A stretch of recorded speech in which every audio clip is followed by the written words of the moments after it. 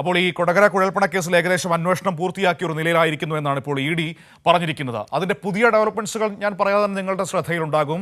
തിരൂർ സതീഷ് എന്ന് പറയുന്ന ബി.ജെ.പിയുടെ office secretary അതുമായി ബന്ധപ്പെട്ട് നടത്തിയ വെളിപ്പെടുത്തലുകൾ, ആ പണം കോടിക്കണക്കിന് രൂപ ബി.ജെ.പിയുടെ തൃശൂർ ഓഫീസിൽ ചാക്കിൽ കെട്ടിവെച്ചത്, അവിടെ നിന്ന് ആ പണം ജില്ലാ പ്രസിഡന്റ് അടക്കമുള്ളവരുടെ അനുമതിയോടെ കൊണ്ടുപോയത്, കാറിൽ ജില്ലാ പ്രസിഡന്റ് അടക്കം കൊണ്ടുപോയത്, കെ സുരേന്ദ്രൻ ഇവരെക്കുറിച്ചെല്ലാം അറിയാമായിരുന്നു, ഈ പണത്തിന്റെ നീക്കത്തെക്കുറിച്ച് അറിയാമായിരുന്നു എന്ന് പറഞ്ഞ വെളിപ്പെടുത്തലുകളൊക്കെ നമ്മുടെ മുന്നിൽ നിൽക്കുന്നുണ്ട്.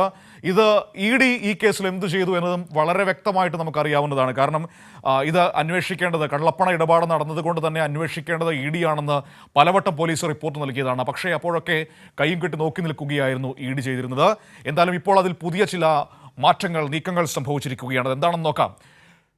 കൊടകര കുഴൽപ്പണ കേസിൽ ഇ.ഡി. 2 മാസത്തിനകം കുറ്റപത്രം സമർപ്പിക്കണമെന്ന് ഹൈക്കോടതിയുടെ നിർദ്ദേശം. അന്വേഷണം പൂർത്തിയായതായി ഇ.ഡി. കോടതിയെ അറിയിച്ചു.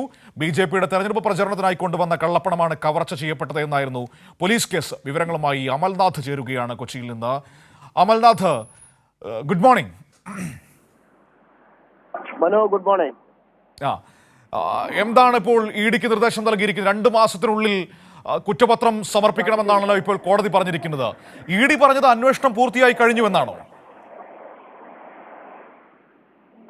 മനു, തീർച്ചയായും. അതായത് ഈ കൊടകര കുഴൽപ്പണ കേസുമായി ബന്ധപ്പെട്ട് കഴിഞ്ഞ ദിവസം, അതായത് ഇ.ഡിക്കും ഒപ്പം തന്നെ ആദായ വകുപ്പിനും ഹൈക്കോടതി ഇത്തരത്തിൽ ഇതുമായി ബന്ധപ്പെട്ട് ഒരു നിർദ്ദേശം, ഒപ്പം തന്നെ നോട്ടീസ് നൽകുന്ന ഒരു സാഹചര്യം ഉണ്ടായിരുന്നു. ഒപ്പം തന്നെ കേന്ദ്ര തിരഞ്ഞെടുപ്പ് കമ്മീഷനും ഇത്തരത്തിൽ ഇതുമായി ബന്ധപ്പെട്ട് വിശദീകരണം ചോദിക്കുന്ന ഒരു സാഹചര്യം ഉണ്ടായിരുന്നു.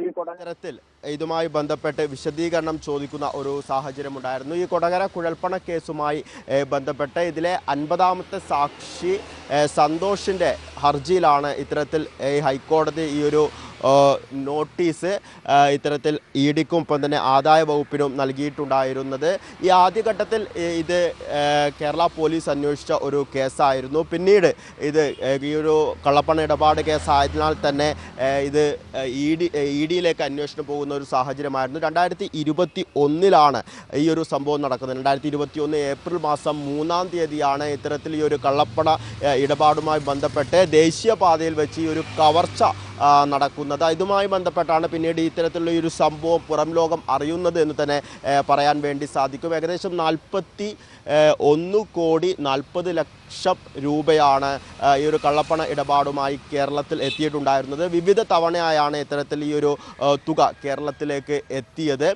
ഇതുമായി ബന്ധപ്പെട്ട് ഒരു 3,72,00,000 രൂപയായിരുന്നു ദേശീയപാതയിൽ വെച്ച് കവർച്ച ചെയ്തിട്ടുണ്ടായിരുന്നത്. ഈ പോലീസിൻ്റെ അന്വേഷണത്തിൽ ഇത് വ്യക്തമായിരുന്നു. അതായത് ബി.ജെ.പിയുടെ നേതാക്കൾ, കർണാടകയിലെ ബി.ജെ.പിയുടെ നേതാക്കളിൽ നിന്നുമാണ് ഇത്തരത്തിൽ ഈ ഒരു പണം കേരളത്തിലേക്ക് എത്തിയത് എന്ന് വ്യക്തമായിരുന്നു. 2021 നിയമസഭാ തിരഞ്ഞെടുപ്പിൻ്റെ ഭാഗമായി ആ സമയത്ത് ഉപയോഗിക്കാൻ വേണ്ടിയാണ് ഇത്തരത്തിൽ ഈ ഒരു തുക കേരളത്തിലേക്ക് എത്തിയത്. ഒപ്പം തന്നെ കേരള പോലീസിൻ്റെ അന്വേഷണത്തിൻ്റെ ഭാഗമായി ലഭിച്ച മൊഴിയിൽ സംസ്ഥാന അധ്യക്ഷൻ കെ സുരേന്ദ്രന് ഇതിൽ വ്യക്തമായ പങ്കുണ്ട് എന്നും കണ്ടെത്താൻ വേണ്ടി സാധിച്ചിട്ടുണ്ട്. എങ്കിലും ഏറ്റവും അവസാനമായി ഇ.ഡി. നൽകിയ ഒരു വിശദീകരണം എന്ന് പറയുന്നത്, നിലവിൽ ഇതുമായി ബന്ധപ്പെട്ട അന്വേഷണം പൂർത്തിയായിട്ടുണ്ട്, 1 മാസത്തിനകം തന്നെ കുറ്റപത്രം സമർപ്പിക്കാമെന്നായിരുന്നു. എന്നാൽ നിലവിൽ ഹൈക്കോടതി സൂചിപ്പിച്ചിട്ടുള്ളത് 2 മാസത്തിനുള്ളിൽ ഈ ഒരു കുറ്റപത്രം സമർപ്പിച്ചാൽ മതി എന്നൊരു സാവകാശം ഹൈക്കോടതി നൽകിയിട്ടുണ്ട്. അതോടൊപ്പം തന്നെ ഏറ്റവും പ്രധാനപ്പെട്ട